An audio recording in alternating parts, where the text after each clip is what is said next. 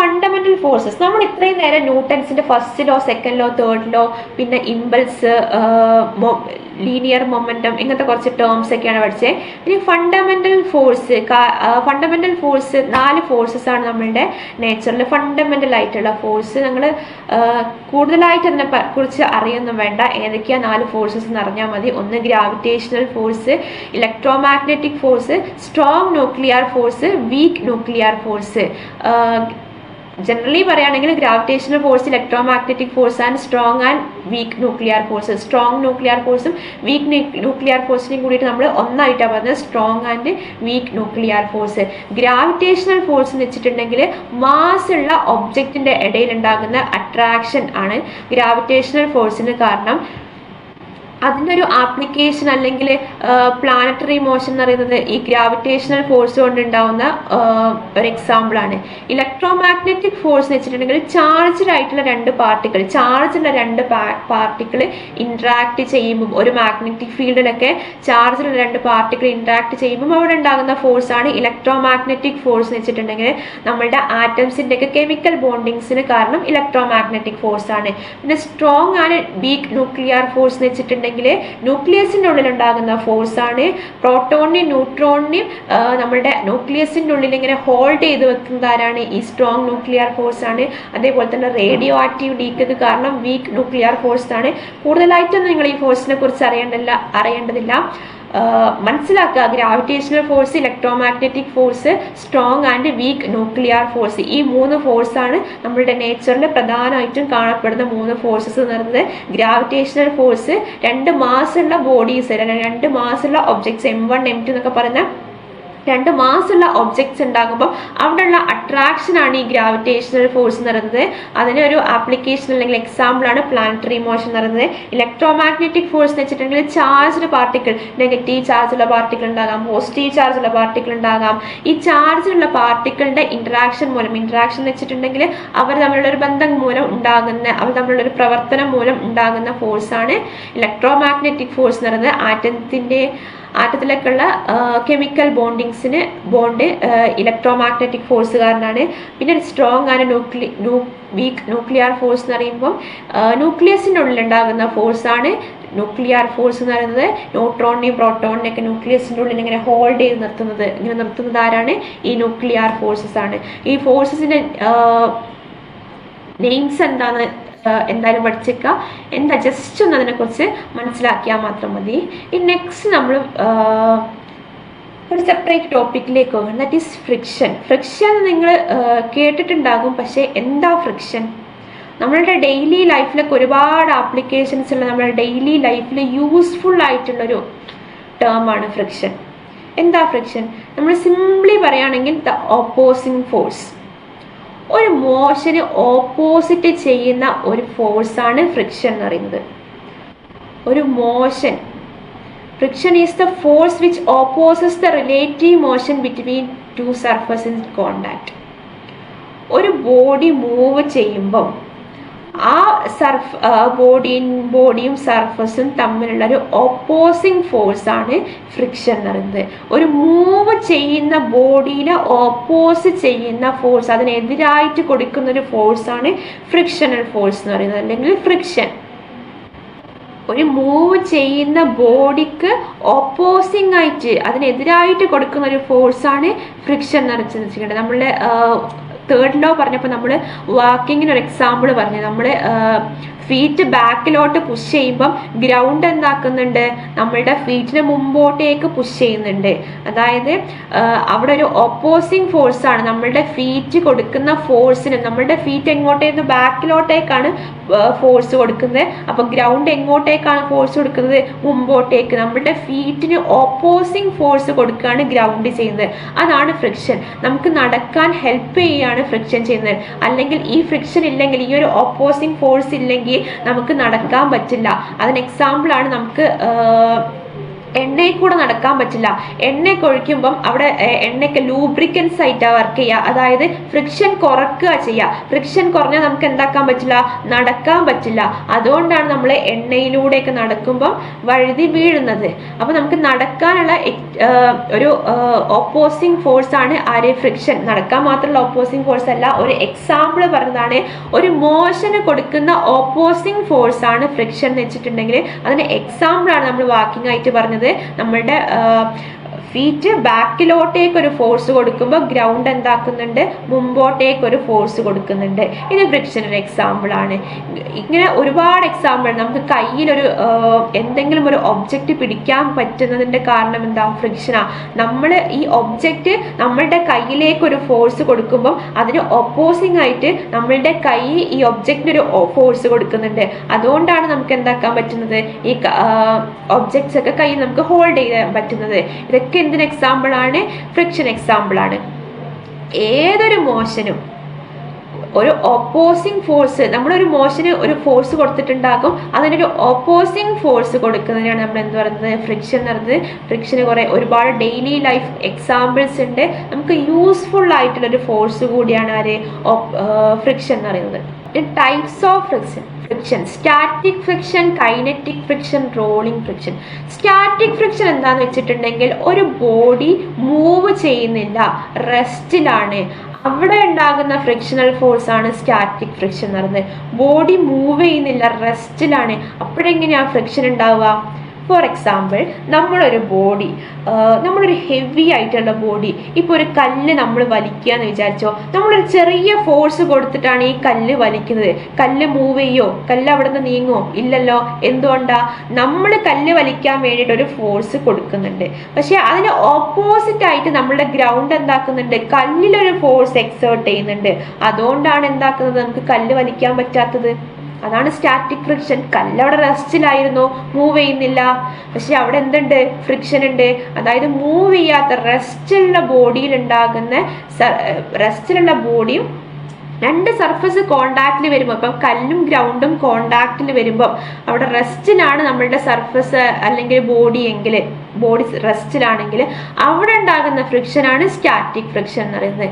ഇനി static ഫ്രിക്ഷന്റെ maximum value ആണ് നമ്മൾ എന്ത് പറയുന്നത്, ലിമിറ്റിംഗ് സ്റ്റാറ്റിക് ഫ്രിക്ഷൻ എന്ന് പറയുന്നത്. ഫ്രിക്ഷൻ എന്താണ്, രണ്ട് ബോഡി കോണ്ടാക്റ്റിൽ വരുമ്പം അവിടെ ഉണ്ടാകുന്ന ഓപ്പോസിങ് ഫോഴ്സ്. ഒരു രണ്ട് സർഫസ് കോണ്ടാക്റ്റിൽ വരുമ്പോൾ ഒരു സർഫസിനെതിരായിട്ട് ഒരു സർഫസ് കൊടുക്കുന്ന ഓപ്പോസിങ് ഫോഴ്സ് ആണ് ഫ്രിക്ഷൻ എന്ന് പറയുന്നത്. അല്ലെങ്കിൽ ഒരു ബോഡി മൂവ് ചെയ്യുമ്പോൾ, മോഷനിലായിരിക്കുമ്പം അവിടെ കൊടുക്കുന്ന ഒപ്പോസിങ് ഫോഴ്സ് ആണ് ഫ്രിക്ഷൻ. ഇനി സ്റ്റാറ്റിക് ഫ്രിക്ഷൻ എന്ന് പറയുന്നത് നമ്മളുടെ ഒബ്ജക്റ്റ് അല്ലെങ്കിൽ ബോഡി റെസ്റ്റിലാണ്, മൂവ് ചെയ്യുന്നില്ല, അവിടെ ഉണ്ടാകുന്ന ഫ്രിക്ഷൻ ആണ് സ്റ്റാറ്റിക് ഫ്രിക്ഷൻ എന്ന് പറയുന്നത്. സ്റ്റാറ്റിക് ഫ്രിക്ഷന്റെ മാക്സിമം വാല്യൂ ആണ് ലിമിറ്റിംഗ് സ്റ്റാറ്റിക് ഫ്രിക്ഷൻ എന്ന് പറയുന്നത്. ഇനി കൈനറ്റിക് ഫ്രിക്ഷൻ എന്ന് വെച്ചിട്ടുണ്ടെങ്കിൽ നമ്മുടെ ബോഡി മൂവ് ചെയ്യുന്നുണ്ട്, നമ്മളുടെ ബോഡി എന്താവുന്നുണ്ട്, മൂവ് ചെയ്യുന്നുണ്ട്. രണ്ട് സർഫസ് കോണ്ടാക്റ്റിൽ വരുമ്പം ബോഡി എന്താക്കുന്നുണ്ട്, മൂവ് ചെയ്യുന്നുണ്ട്. ഫോർ എക്സാമ്പിൾ, നമ്മളൊരു ചെറിയ ഒബ്ജക്റ്റ്, ഇപ്പോൾ ചെറിയൊരു കല്ലെടുത്തിട്ട് വലിക്കുകയാണ്, വലിയൊരു ഫോഴ്സ് കൊടുത്ത് ചെറിയൊരു കല്ല് നമ്മൾ വലിക്കുകയാണ്.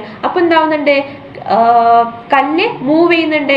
അവിടെ പിന്നെ ഗ്രൗണ്ട് കല്ലിന്റെ മേലെ എന്താ കൊടുക്കുന്നുണ്ട്, ഒരു ഓപ്പോസിങ് ഫോഴ്സ് അല്ലെങ്കിൽ ഒരു ഫ്രിക്ഷണൽ ഫോഴ്സ് കൊടുക്കുന്നുണ്ട്.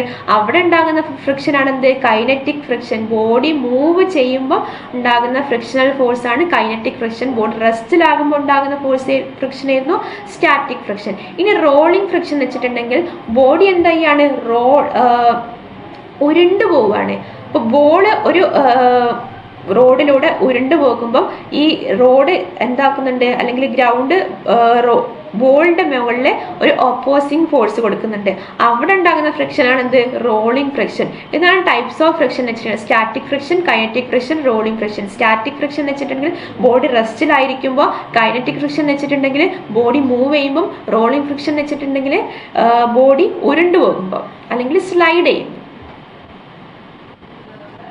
ഇനി ഫാക്ടേഴ്സ് അഫക്റ്റിംഗ് ഫ്രിക്ഷൻ. ഫ്രിക്ഷനെ അഫക്റ്റ് ചെയ്യുന്ന ഫാക്ടേഴ്സ്. എപ്പോഴാണ് ഫ്രിക്ഷൻ ഉണ്ടാവുക, രണ്ട് സർഫസ് അല്ലെങ്കിൽ രണ്ട് ബോഡി എന്ത് ചെയ്യുമ്പോഴാണ്, കോണ്ടാക്ട് ചെയ്യുമ്പോഴാണ് ഫ്രിക്ഷൻ ഉണ്ടാവുക. അപ്പോൾ ഈ സർഫസിന്റെ, ഈ കോണ്ടാക്റ്റിലായിട്ടുള്ള സർഫസിന്റെ ക്യാരക്ടറിസ്റ്റിക്സ് അല്ലെങ്കിൽ സ്വഭാവം എന്തിനെ ഡിപ്പെൻഡ് ചെയ്യും? ഫ്രിക്ഷനെ ഡിപ്പെൻഡ് ചെയ്യും. നമ്മൾ നേരത്തെ പറഞ്ഞു ഓയിൽ ഒഴിക്കുമ്പം എന്താക്കുന്നുണ്ട്? ഫ്രിക്ഷൻ കുറയുന്നുണ്ട്. അങ്ങനെ സർഫസിന്റെ ക്യാരക്ടർ എന്താക്കും? ഫ്രിക്ഷനെ ഡിപ്പെൻഡ് ചെയ്യും. ഇനി അതേപോലെ തന്നെ കൈനറ്റിക് ഫ്രിക്ഷൻ, നമ്മൾ കൈനറ്റിക് ഫ്രിക്ഷൻ പറഞ്ഞ് ബോഡി മൂവ് ചെയ്യുമ്പോഴാണ് എന്തുണ്ടാവുന്നത്? കൈനറ്റിക് ഫ്രിക്ഷൻ ഉണ്ടാവുന്നത്. പക്ഷേ ഈ ബോഡി മൂവ് ചെയ്യുമ്പോൾ ഈ ബോഡിക്ക് എന്തുണ്ട്? വെലോസിറ്റി ഉണ്ട്. പക്ഷേ ഈ ബോഡിന്റെ വെലോസിറ്റി എന്തിനെ എഫക്റ്റ് ചെയ്യൂല? ഫ്രിക്ഷനെ എഫക്റ്റ് ചെയ്യൂല. അതേപോലെ തന്നെ ഫ്രിക്ഷന് ഈ ഏരിയ ഓഫ് കോണ്ടാക്റ്റിൽ നമ്മൾ രണ്ട് സർഫസ് കോണ്ടാക്ട് ചെയ്യുമ്പോഴാണ് ഫ്രിക്ഷൻ ഉണ്ടാകുന്നത്. അവിടെ ഈ കോണ്ടാക്ട് ചെയ്യുന്ന ഏരിയ അല്ലെങ്കിൽ എത്രത്തോളം, ഫോർ എക്സാമ്പിൾ ഇതൊരു ബോളാണ്, ഇത് ഗ്രൗണ്ടിലൊരു ബോൾ ഉണ്ട്. അപ്പം ഇവിടെ ഏരിയ ഓഫ് കോണ്ടാക്ട് എന്ന് പറയുന്നത് എത്രയാ? ഇത്രയും ഭാഗമാണ് അത് തമ്മിൽ കോണ്ടാക്ട് വരുന്ന ഏരിയ എന്ന് പറയുന്നത്. പക്ഷേ ഈ ഏരിയ എന്താക്കില്ല?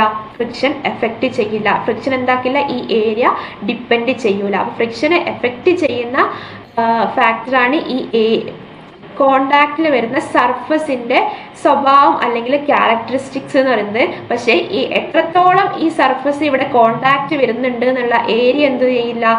ഫ്രിക്ഷൻ എഫക്റ്റ് ചെയ്യില്ല. അതേപോലെ തന്നെ കൈനറ്റിക് ഫ്രിക്ഷനിൽ ബോഡി മൂവ് ചെയ്യുമ്പോഴാണ് കൈനറ്റിക് ഫ്രിക്ഷൻ ഉണ്ടാകുന്നത്. പക്ഷേ ഈ ബോഡീൻ്റെ വെലോസിറ്റി എന്തിനെ എഫക്റ്റ് ചെയ്യൂല? ഫ്രിക്ഷനെ എഫക്റ്റ് ചെയ്യൂല. ഇനി next equilibrium of concurrent forces. ഇവിടെ നമ്മളൊരു പിക്ചറിൽ 3 ഫോഴ്സ് കാണുന്നുണ്ട്. F1, F2, F3. F1 ഈ ഡയറക്ഷനിലോട്ടാണ്, F2 ഈ ഡയറക്ഷനിലോട്ടാണ്, F3 ഈ ഡയറക്ഷനിലോട്ടാണ്. പക്ഷേ ഈ 3 ഫോഴ്സ് ആഡ് ചെയ്യുമ്പം, അതായത് F1 plus F2 plus F3 ചെയ്യുമ്പം 0 ആണെങ്കിൽ ആ സിസ്റ്റം എന്താണ്? ഇക്വലിബ്രിയത്തിലാണ്.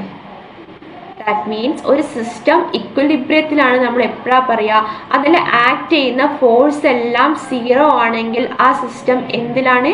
ഇക്വലിബ്രിയം സ്റ്റേറ്റിലാണ്. ഇവിടെ അപ്പം ഈ ഒരു പൊസിഷനിൽ അല്ലെങ്കിൽ ഈ ഒരു പോയിന്റിലാണ് 3 ഫോഴ്സസിൻ്റെയും സമ്മ് വരിക. ഇവിടെ എന്തായിരിക്കും? സമ്മ് 0 ആണ്. അപ്പോൾ ഈ ഒരു പോയിന്റ് എന്ന് പറയുന്നത് ഇക്വലിബ്രിയം പോയിന്റ് ആണ്. അതായത് ഒരു സിസ്റ്റത്തിൽ മൾട്ടിപ്പിൾ ഫോഴ്സസ് ആക്ട് ചെയ്യുമ്പോൾ, ഡിഫറെൻറ്റ് ഡയറക്ഷനിൽ മൾട്ടിപ്പിൾ ഫോഴ്സസ് ആക്ട് ചെയ്യുമ്പോൾ ഈ ഫോഴ്സസിൻ്റെ ഒക്കെ സമ്മ് 0 ആണെങ്കിൽ നമുക്ക് പറയാം അത് സിസ്റ്റം എന്താണ്? ഒരു ഇക്വലിബ്രിയം സ്റ്റേറ്റിൽ അല്ലെങ്കിൽ ഇക്വലിബ്രിയം സിസ്റ്റം ആണെന്ന് പറയാം. ഇതാണ് ഇക്വലിബ്രിയം എന്നുകൊണ്ട് ഉദ്ദേശിക്കുന്നത്. ഇനി next topic frames of reference. Frames of reference എന്താണെന്ന് വെച്ചിട്ടുണ്ടെങ്കിൽ, നമ്മളിപ്പം ഒരു ബോഡി അല്ലെങ്കിൽ ഒരു ഒബ്ജക്റ്റിൻ്റെ ഒക്കെ മോഷൻ അല്ലെങ്കിൽ പൊസിഷനൊക്കെ സ്റ്റഡി ചെയ്യാൻ വേണ്ടി യൂസ് ചെയ്യുന്ന കോർഡിനേറ്റ് സിസ്റ്റം. നമ്മൾ യൂഷ്വലി യൂസ് ചെയ്യുന്ന കോർഡിനേറ്റ് സിസ്റ്റം ഏതാ? XYZ ഇല്ലേ? X axis, Y axis, Z axis. എന്നാൽ നമുക്ക് ഒരു ബോഡി അല്ലെങ്കിൽ ഒരു ഒബ്ജക്റ്റിൻ്റെ പൊസിഷൻ ഇവിടെയാണ്. അപ്പോൾ നമുക്ക് ഇതാ ഇങ്ങോട്ടേക്ക് വരക്കാം. അങ്ങനെ ഈ ഒരു ഒബ്ജക്റ്റിൻ്റെ പൊസിഷനൊക്കെ റെപ്രസെൻ്റ് ചെയ്യാൻ വേണ്ടി അല്ലെങ്കിൽ സ്റ്റഡി ചെയ്യാൻ വേണ്ടി നമ്മൾ യൂഷ്വലി യൂസ് ചെയ്യുന്ന ഒരു XYZ കോർഡിനേറ്റ് സിസ്റ്റമാണ്. ഇത്തരം കോർഡിനേറ്റ് സിസ്റ്റത്തിനാണ് നമ്മൾ ഫ്രെയിംസ് ഓഫ് റെഫറൻസ് എന്ന് പറയുന്നത്. അതായത് ഒരു ഒബ്ജക്റ്റിൻ്റെ ബോഡീൻ്റെയൊക്കെ മോഷൻ അല്ലെങ്കിൽ പൊസിഷൻസ് ഒക്കെ സ്റ്റഡി ചെയ്യാൻ വേണ്ടി നമ്മൾ യൂസ് ചെയ്യുന്ന കോർഡിനേറ്റ് സിസ്റ്റം, അതിൻ്റെ കോർഡിനേറ്റ്സ് യൂസ് ചെയ്ത് വരക്കുന്ന സിസ്റ്റത്തിനാണ് നമ്മൾ എന്ത് പറയുന്നത്? Frames of reference. നമ്മൾ യൂഷ്വലി യൂസ് ചെയ്യുന്ന കോർഡിനേറ്റ് സിസ്റ്റം XYZ കോർഡിനേറ്റ് സിസ്റ്റമാണ്. ഇത്തരം കോർഡിനേറ്റ് സിസ്റ്റം നമ്മൾ ഫ്രെയിംസ് ഓഫ് റെഫറൻസ് എന്ന് പറയും. ഇനി ഇത്തരം ഫ്രെയിംസ് ഓഫ് റെഫറൻസിൽ ന്യൂട്ടൺസ് ലോസ് വാലിഡ് ആയിട്ടുള്ള അല്ലെങ്കിൽ ന്യൂട്ടൺസ് ലോസ് അപ്ലൈ ചെയ്യാൻ പറ്റുന്ന ഫ്രെയിംസ് ഓഫ് റെഫറൻസ് നമ്മൾ ഇനേർഷ്യൽ ഫ്രെയിം എന്ന് പറയും. ഇനി ന്യൂട്ടൺസ് ലോസ് വാലിഡ് അല്ലാത്ത, ന്യൂട്ടൺസ് ലോസ് അപ്ലൈ ചെയ്യാൻ പറ്റാത്ത കോർഡിനേറ്റ് സിസ്റ്റം നമ്മൾ അല്ലെങ്കിൽ ഫ്രെയിംസ് ഓഫ് റെഫറൻസിന് എന്ന് പറയും? നോൺ ഇനേർഷ്യൽ ഫ്രെയിം അല്ലെങ്കിൽ non inertial frame of reference എന്ന് പറയും. Frame of reference വെച്ചിട്ടുണ്ടെങ്കിൽ a coordinate system with a time frame consisting of a reference point and 3 coordinate axes. Frame of reference വെച്ചിട്ടുണ്ടെങ്കിൽ ഒരു coordinate system ആണ്. അതിന് 3 access ഉണ്ടാവും. നമ്മളിപ്പോൾ ഇവിടെ പറഞ്ഞപ്പോൾ XYZ എന്ന് പറഞ്ഞ 3 ആക്സസ് ഉള്ള ഒരു കോർഡിനേറ്റ് സിസ്റ്റം ആണിത്. Consist of A reference point or origin. ഈ കോർഡിനേറ്റ് സിസ്റ്റത്തിന്റെ ഒറിജിൻ ഏതാ? ഇവിടെയാണ് ഈ കോർഡിനേറ്റ് സിസ്റ്റത്തിന്റെ ഒറിജിൻ. ഇങ്ങനൊരു ഒറിജിൻ അല്ലെങ്കിൽ ഒരു റെഫറൻസ് പോയിന്റ് ഉണ്ടാകും, consisting A reference point and 3 coordinates axis. ഇതാണ് ഫ്രെയിം ഓഫ് റെഫറൻസ് എന്ന് പറയുന്നത്. 3 ആക്സസ് ഉള്ള ഒരു കോർഡിനേറ്റ് സിസ്റ്റം, അതിനൊരു ഒറിജിൻ ഉണ്ടാകും, ഈ സിസ്റ്റത്തിന് ഒരു ടൈമും ഉണ്ടാകും. ഇത്തരം കോർഡിനേറ്റ് സിസ്റ്റത്തിനാണ് അല്ലെങ്കിൽ ഇത്തരം സിസ്റ്റത്തിനാണ് നമ്മളൊരു ഫ്രെയിം ഓഫ് റെഫറൻസ് എന്ന് പറയുന്നത്. എന്തിനാ ഫ്രെയിം ഓഫ് റെഫറൻസ് യൂസ് ചെയ്യുന്നത്? Needed to understand how an object position change. ഒരു ഒബ്ജക്റ്റിന്റെ പൊസിഷൻ എങ്ങനെയാണ് ചേഞ്ച് ചെയ്യുന്നതെന്ന് മനസ്സിലാക്കാൻ വേണ്ടിയിട്ട് യൂസ് ചെയ്യുന്ന ഒരു കോർഡിനേറ്റ് സിസ്റ്റം അല്ലെങ്കിൽ ഫ്രെയിം ഓഫ് റെഫറൻസ് നമ്മൾ യൂസ് ചെയ്യുന്നത്. ഇത്തരം ഫ്രെയിം ഓഫ് റെഫറൻസിൽ ന്യൂട്ടൺസ് ലോസ് വാലിഡ് ആണെങ്കിൽ, ആപ്ലിക്കബിൾ ആണെങ്കിൽ, a frame of reference in which Newton's laws of motions are applicable, such frames of reference are called inertial frames of reference. Newton's laws valid ആണ്, Newton's laws applicable ആണെങ്കിൽ അത്തരം frames നമ്മൾ എന്ത് പറയും? inertial frames of reference, either at rest or moving with a constant velocity relative to absolute space. ഇപ്പം body അല്ലെങ്കിൽ coordinate system റെസ്റ്റിലാണെങ്കിലും അല്ലെങ്കിൽ constant വെലോസിറ്റിയിൽ move ചെയ്യുന്നതൊക്കെ ആണെങ്കിലും ന്യൂട്ടൺസ് ലോസ് വാലിഡ് ആണെങ്കിൽ ആ ഫ്രെയിംസ് ഓഫ് റെഫറൻസ് നമ്മൾ എന്ത് പറയും? Inertial frame. A frame of reference that accelerates relative to an inertial frame. Newton's laws of motion cannot be directly applied. Direct Newton's laws apply ചെയ്യാൻ പറ്റാത്ത inertial frames ആണ് എന്ത്? Non inertial frames എന്ന് പറയുന്നത്. ഈ ഫ്രെയിംസിന് ഒരു പ്രത്യേകത എന്ന് വെച്ചിട്ടുണ്ടെങ്കിൽ frame of reference that accelerate relative to an inertial frame. Inertial frame എന്ന് വെച്ചിട്ടുണ്ടെങ്കിൽ ന്യൂട്ടൺസ് ലോസ് വാലിഡ് ആയിട്ടുള്ള കോർഡിനേറ്റ് സിസ്റ്റം അല്ലെങ്കിൽ ഫ്രെയിമാണ് ഇനേർഷ്യൽ ഫ്രെയിം എന്ന് പറയുന്നത്. ഈ ഇനേർഷ്യൽ ഫ്രെയിമിന് റിലേറ്റീവ് ആയിട്ട് ആക്സിലറേറ്റ് ചെയ്യുന്ന ഫ്രെയിംസ് ആയിരിക്കും ആര്? നോൺ ഇനേർഷ്യൽ ഫ്രെയിംസ് എന്ന് പറയുന്നത്. അപ്പോൾ ഇത്രയാണ് നമ്മൾ ചാപ്റ്ററിൽ ഡിസ്കസ് ചെയ്യാനുള്ളത്. ഈ ചാപ്റ്റർ സമ്മറൈസ് ചെയ്യുകയാണെങ്കിൽ നമ്മുടെ ന്യൂട്ടൺസിൻ്റെ first law, second law, third law, 3 laws പഠിച്ച് ഫസ്റ്റ് ലോ എന്താ പറയുന്നതെന്ന് വെച്ചിട്ടുണ്ടെങ്കിൽ ഒരു ബോഡി റെസ്റ്റിലാണ്, റെസ്റ്റ് തന്നെ കണ്ടിന്യൂ ചെയ്യും, അല്ലെങ്കിൽ യൂണിഫോം മോഷനിലാണെങ്കിൽ യൂണിഫോം മോഷനിൽ തന്നെ കണ്ടിന്യൂ ചെയ്യും. എപ്പോൾ വരെ? അതിനൊരു ഒരു എക്സ്റ്റേണൽ ഫോഴ്സ് കിട്ടിയില്ല എങ്കിൽ അല്ലെങ്കിൽ ഒരു എക്സ്റ്റേണൽ ഫോഴ്സ് അപ്ലൈ ചെയ്തിട്ടില്ലെങ്കിൽ ആ ബോഡി അതിൻ്റെ സ്റ്റേറ്റ് തന്നെ കണ്ടിന്യൂ ചെയ്യും. ആ ഒരു ഇനബിലിറ്റി, ഒരു കഴിവില്ലായ്മയാണ് നമ്മൾ ഇനേർഷ്യ എന്ന് പറയുന്നത്. അതുകൊണ്ട് തന്നെ ന്യൂട്ടൻ്റെ ഫസ്റ്റ് ലോ നമ്മൾ ഇനേർഷ്യ ഓഫ് ലോ എന്നും പറയും. ന്യൂട്ടൻ്റെ സെക്കൻഡ് ലോ എന്ന് പറയുന്നത് നമ്മൾ അപ്ലൈ ചെയ്യുന്ന ഫോഴ്സ് എന്തിന് ഈക്വൽ ആയിരിക്കും? റേറ്റ് ഓഫ് ചേഞ്ച് ഓഫ് മൊമെൻറ്റത്തിൻ്റെ ഡയറക്ഷന് ടുവാർഡ്സ് ആയിരിക്കും നമ്മൾ അപ്ലൈ ചെയ്യുന്ന ഫോഴ്സ് എന്ന് പറയുന്നത്. അതിൽ നമ്മൾ F=ma എന്ന് പറയുന്ന ഫോഴ്സിൻ്റെ ബേസിക് ഇക്വേഷൻ ഉണ്ടാക്കി എടുത്തിരുന്നു. പിന്നെ മൊമെൻറ്റം എന്താ പറഞ്ഞിട്ടുണ്ട്? മാസ് ഇൻറ്റു വെലോസിറ്റിയാണ് മൊമെൻറ്റം. ഇമ്പൾസ് എന്താന്ന് പറഞ്ഞിട്ടുണ്ട്? ചെറിയൊരു ഷോർട്ട് ടൈം ഡ്യൂറേഷനിൽ വലിയൊരു ഫോഴ്സ് എക്സേർട്ട് ചെയ്യുന്നതാണ് നമ്മൾ ഇമ്പൾസ് എന്ന് പറയുന്നത്. പിന്നെ നമ്മൾ ന്യൂട്ടൻ്റെ തേർഡ് ലോ പറയുന്നത് every action there is an equal and opposite reaction. ഏതൊരു പ്രവർത്തനത്തിനും ഈക്വലും ഓപ്പോസിറ്റും ആയിട്ടുള്ള ഒരു പ്രതിപ്രവർത്തനം ഉണ്ടാവും. അതിന് എക്സാമ്പിൾസ് പറഞ്ഞിട്ടുണ്ട്. എല്ലാ ന്യൂട്ടൺസിൻ്റെ ലോസ് പറയുമ്പോഴും അതിന് എക്സാമ്പിൾസ് നോക്കുക. ഇനേർഷ്യ പറയുമ്പോൾ ഇനേർഷ്യന് ഡിഫറെൻറ്റ് ടൈപ്സ് ഉണ്ട്. Inertia of rest, inertia of direction, inertia of motion. Different inertia പറയുമ്പം അതിന് എക്സാമ്പിൾ മനസ്സിലാക്കി വെക്കുക. നമ്മൾ ബസ്സിൽ പോകുന്ന കാര്യങ്ങളൊക്കെ എക്സാമ്പിളായിട്ട് പറഞ്ഞിരുന്നു. അത്തരം എക്സാമ്പിൾസ് നോട്ട് ചെയ്ത് വെക്കാം. പിന്നെ നമ്മൾ ഫ്രിക്ഷൻ എന്താന്ന് പറഞ്ഞു? ഒരു ഓപ്പോസിങ് ഫോഴ്സാണ് ഫ്രിക്ഷൻ നമുക്ക് ഹെൽപ്ഫുൾ ആയിട്ടുള്ള യൂസ്ഫുൾ ആയിട്ടുള്ള ഒരു ഓപ്പോസിങ് ഫോഴ്സാണ്. ഫ്രിക്ഷൻ്റെ എക്സാമ്പിൾസ് നോക്കിയേക്കാം. പിന്നെ types of friction: static friction, kinetic friction, rolling friction. Body move ചെയ്യുന്നില്ലെങ്കിൽ അവിടെ സ്റ്റാറ്റിക് ഫ്രിക്ഷൻ ആണ്, ബോഡി മൂവ് ചെയ്യുന്നുണ്ടെങ്കിൽ അവിടെ കൈനറ്റിക് ഫ്രിക്ഷൻ ആണ്. ബോഡി ഒരു സർഫസിൻ്റെ മേലെ ഉരുണ്ട് പോവുകയാണ്, റോൾ ഓവർ ചെയ്യുകയാണെങ്കിൽ അവിടെ റോളിംഗ് ഫ്രിക്ഷൻ ആണ്. ഇത്തരം ടൈപ്സ് ഓഫ് ഫ്രിക്ഷൻസ് നോക്കി. പിന്നെ നമ്മൾ ഫ്രെയിംസ് ഓഫ് റെഫറൻസ്, ഒരു കോർഡിനേറ്റ് സിസ്റ്റമാണ് ഫ്രെയിം ഓഫ് റെഫറൻസ് എന്ന് പറയുന്നത്. അവിടെ ന്യൂട്ടൺസ് ലോസ് വാലിഡ് ആണെങ്കിൽ ഇനേർഷ്യൽ ഫ്രെയിം എന്നും, ന്യൂട്ടൺസ് ലോസ് വാലിഡ് അല്ലെങ്കിൽ നോൺ ഇനേർഷ്യൽ ഫ്രെയിം എന്ന് പറയും. ഇത്രയാണ് ഈ ചാപ്റ്ററിൽ പറയാനുള്ളത്. പിന്നെ നമ്മൾ കൺസർവേഷൻ, ലീനിയർ മൊമെൻറ്റം കൺസർവേഷൻ പറഞ്ഞിരുന്നു. ലീനിയർ മൊമെൻറ്റം കൺസർവേഷൻ പറഞ്ഞപ്പോൾ അവിടുത്തെ ആപ്ലിക്കേഷൻസ് പറഞ്ഞിരുന്നു. അതായത് recoil of a gun fire ചെയ്യുമ്പം അതിൻ്റെ ഗണ്ണ് ഫയർ ചെയ്യുന്ന കേസ്, പിന്നെ റോക്കറ്റ്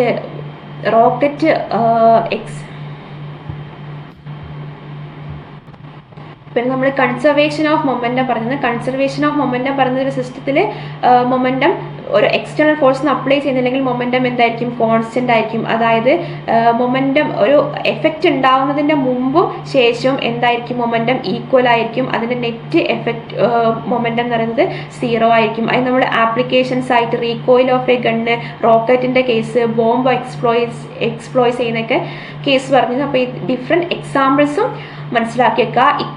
ഇത്രയും കാര്യങ്ങളാണ് നമ്മുടെ 7th ചാപ്റ്ററിൽ ലോസ് ഓഫ് മോഷൻ എന്ന് വെച്ചിട്ടുണ്ടെങ്കിൽ ചലന നിയമങ്ങളിൽ നമുക്ക് പറയാനുള്ളത്. അപ്പം താങ്ക് യു.